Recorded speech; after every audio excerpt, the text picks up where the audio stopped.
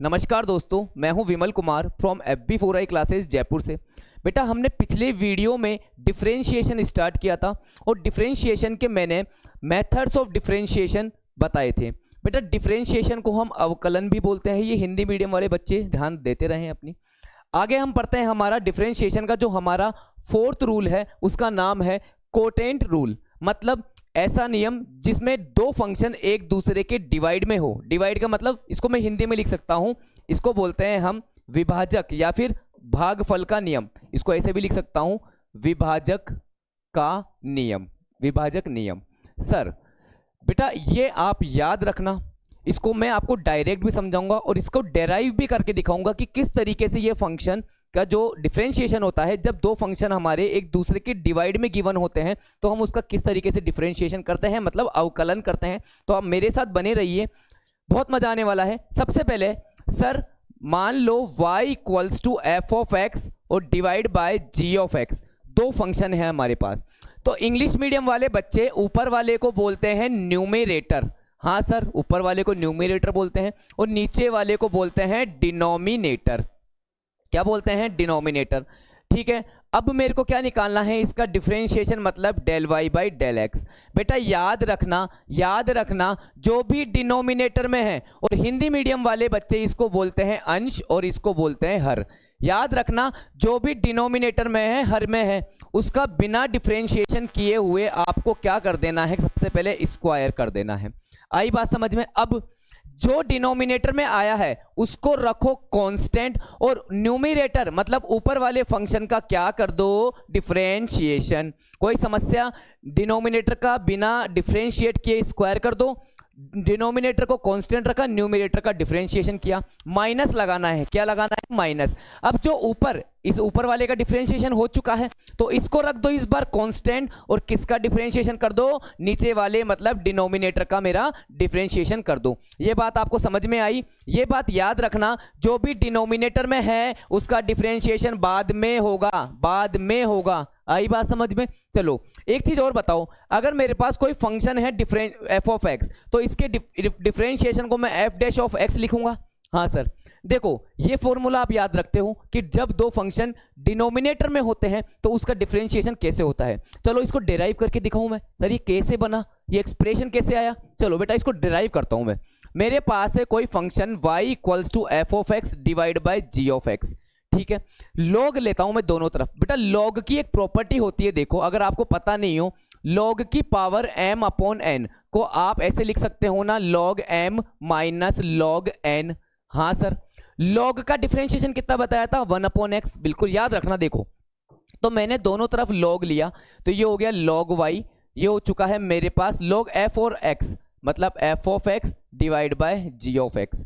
क्या बेटा मैं इसको ऐसे लिख सकता हूं, log f of x minus log g of x। कोई समस्या नहीं है सर। दोनों तरफ करा डिफरेंशिएशन तो log y का डिफरेंशिएशन 1 अपॉन y और y का भी तो डिफरेंशिएशन होगा, वो होगा del y by del x। आई समझ में कहानी? हाँ सर।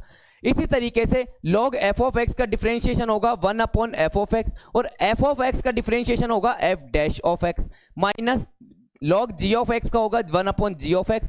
g ऑफ x का डिफरेंशिएशन हुआ g डैश ऑफ x। कोई प्रॉब्लम नहीं। बेटा इस y को मैं उधर मल्टीप्लाई कर रहा हूं तो मेरे पास बन रहा है del y by del x equals to y into, देखो इधर ये क्या बना, f dash of x upon f of x minus g dash of x upon g of x। कोई समस्या नहीं है।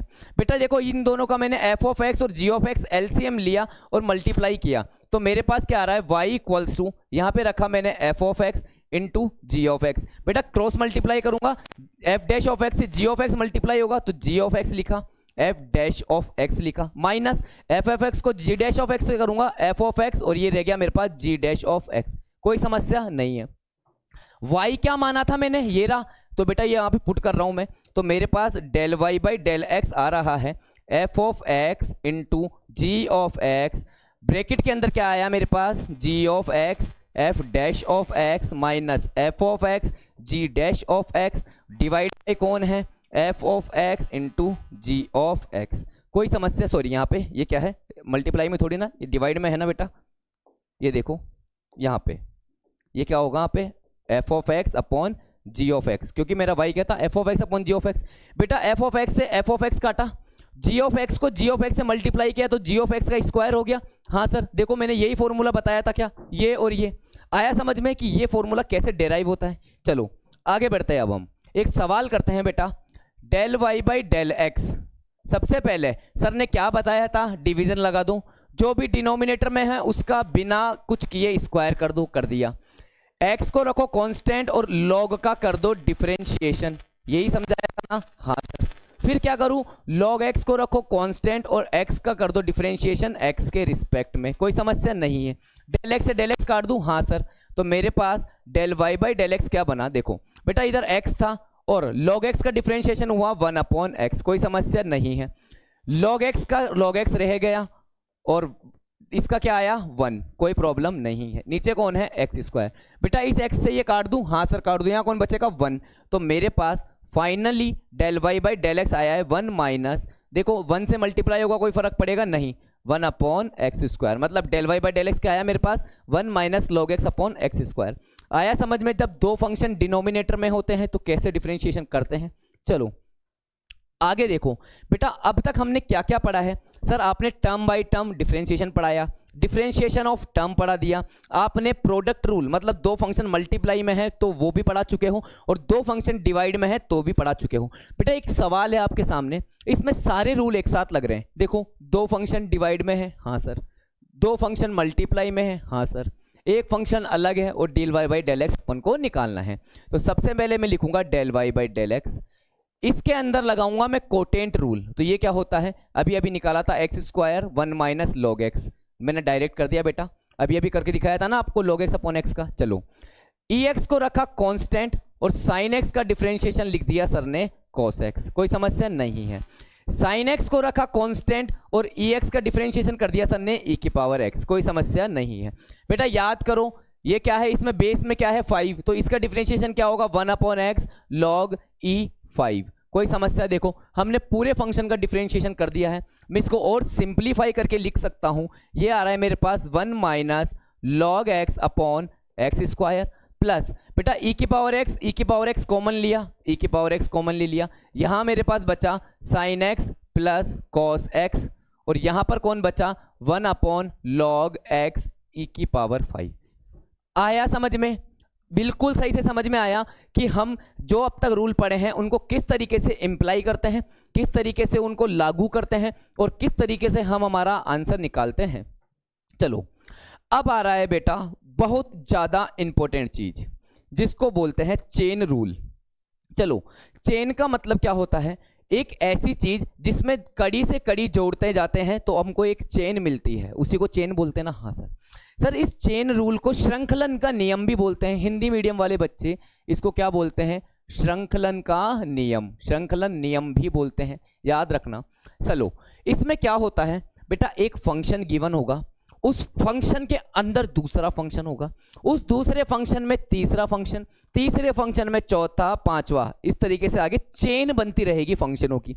तो सर इस तरीके के फंक्शन आ जाए तो हम इसका डिफरेंशिएशन कैसे करेंगे, कोई टेंशन नहीं लेना, स्टेप बाय स्टेप सुनते जाओ, धीरे धीरे सुनते जाओ, जैसा जैसा बता रहा हूं वैसा ही करना है, कंफ्यूजन बिल्कुल नहीं पालना अपन को। आओ सर मेरे पास फंक्शन है y इक्वल्स टू एफ, के अंदर एक फंक्शन डाला मैंने g, के अंदर मैंने एक और फंक्शन डाला h और उसमें कौन है मेरा x, क्या है ये वेरिएबल। देखो f के अंदर कौन दिख रहा है, ये पूरा फंक्शन g के अंदर कौन दिख रहा है, ये h। आई बात समझ में, तो जो सबसे पहले दिख रहा है उसका डिफरेंशिएशन कर दो, फिर जो सेकंड नंबर पे दिख रहा है मल्टीप्लाई लगा के सेकंड नंबर वाले का डिफरेंशिएशन कर दो और मल्टीप्लाई लगा के जो थर्ड नंबर पे है उसका कर दो और आगे भी ऐसे कर सकते हो, फोर्थ फिफ्थ सिक्स तरीके के। आओ सबसे पहले बेटा चेन रूल में एक नियम होता है, आपको निकालना क्या है, del Y by del x.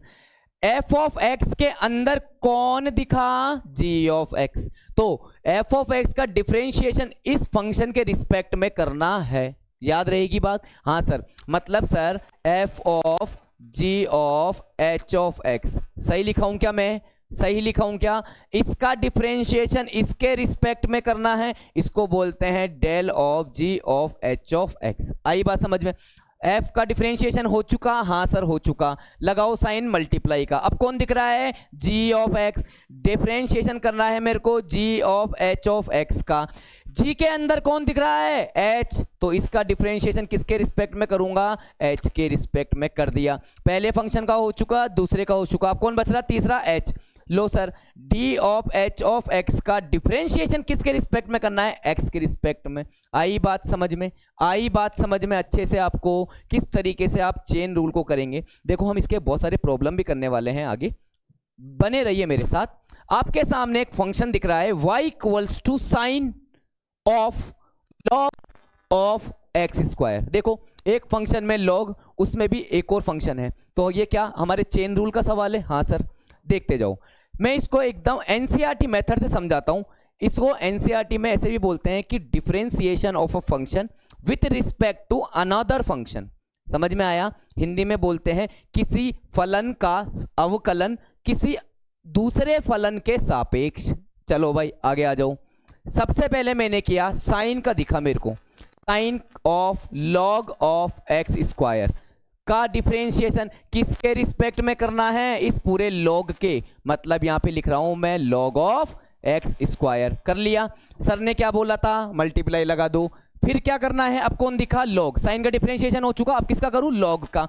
चलो भाई, लॉग ऑफ एक्स स्क्वायर के अंदर कौन दिखा, एक्स स्क्वायर। लो सर, इसका डिफरेंशिएशन एक्स स्क्वायर के रिस्पेक्ट में कर दिया, हाँ सर। अब लो, अब कौन दिखा, एक्स स्क्वायर, तो डी ऑफ एक्स स्क्वायर कर किसके रिस्पेक्ट में करूं, एक्स के रिस्पेक्ट में। आई समझ में कहानी, हाँ सर आ चुकी है। Del Y by del x. चलो साइन का डिफरेंशिएशन क्या होता है, कॉस थीटा। साइन थीटा का डिफरेंशिएशन कॉस थीटा, मतलब साइन ऑफ लॉग एक्स का differentiation cos of log x. ये लिख लिया cos of log of x square. कोई समस्या नहीं है, लगाओ साइन मल्टीप्लाई।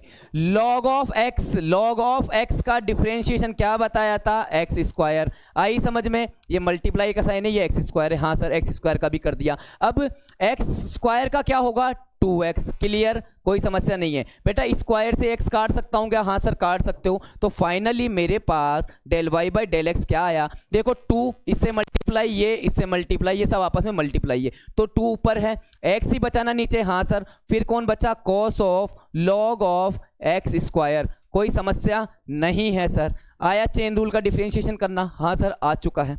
आगे बढ़ते हैं हम। आपके सामने एक और चेन रूल का ही सवाल है।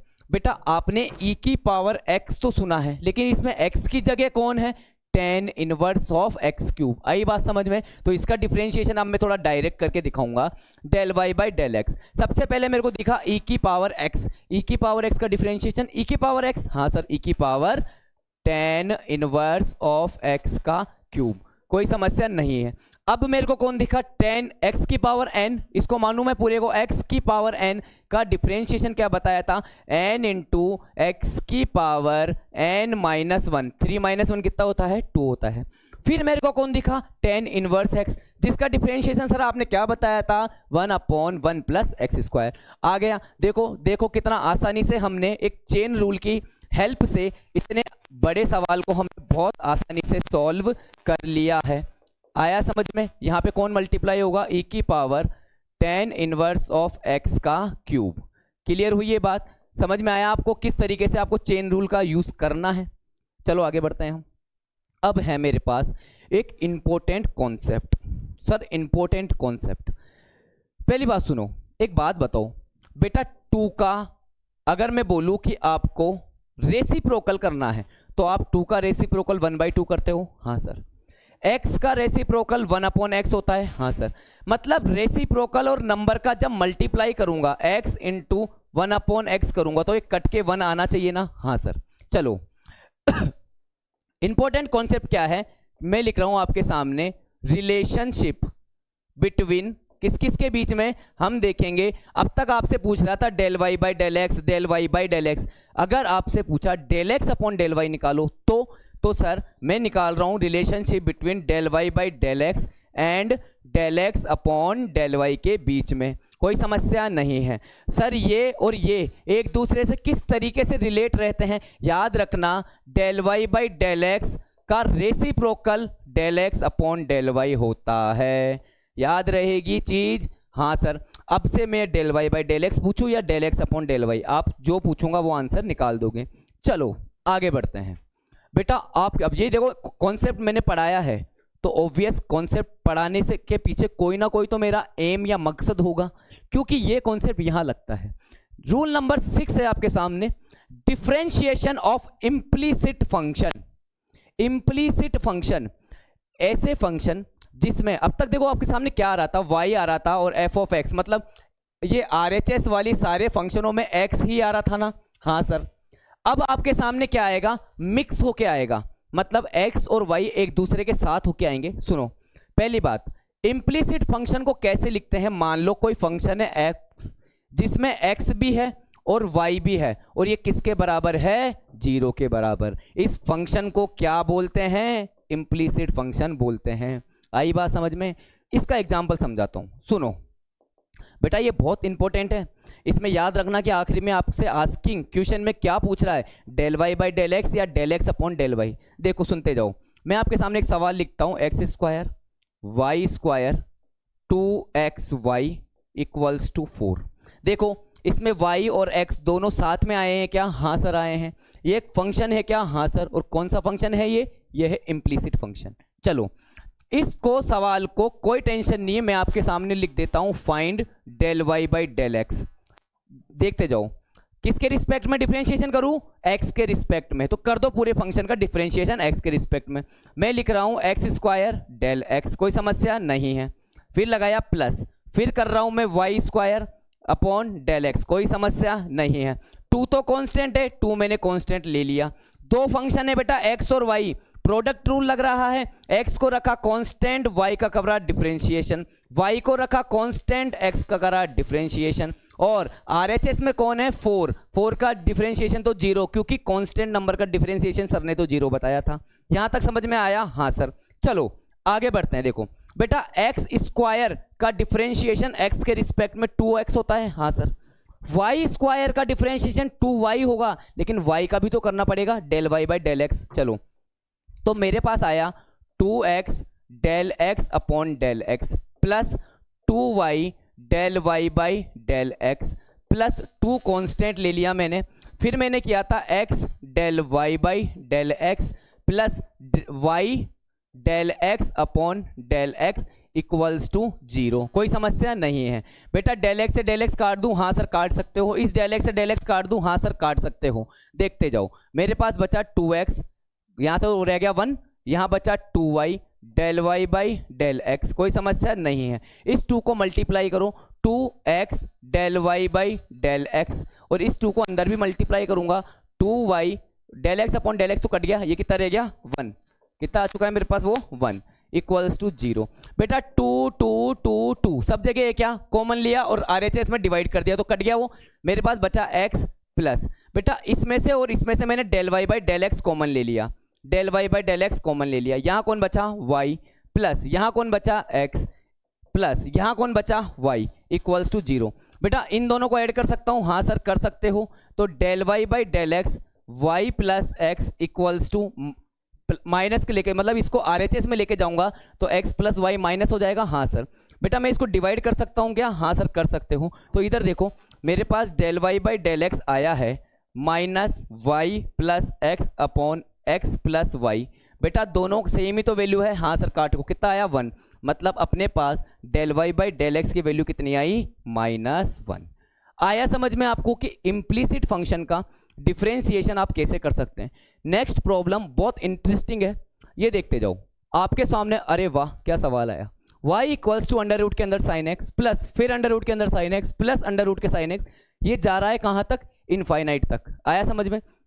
चलो एक बात बताओ, इनफाइनाइट का मतलब वो होता है जिसको आप कभी जहां तक नहीं पहुंच सकते।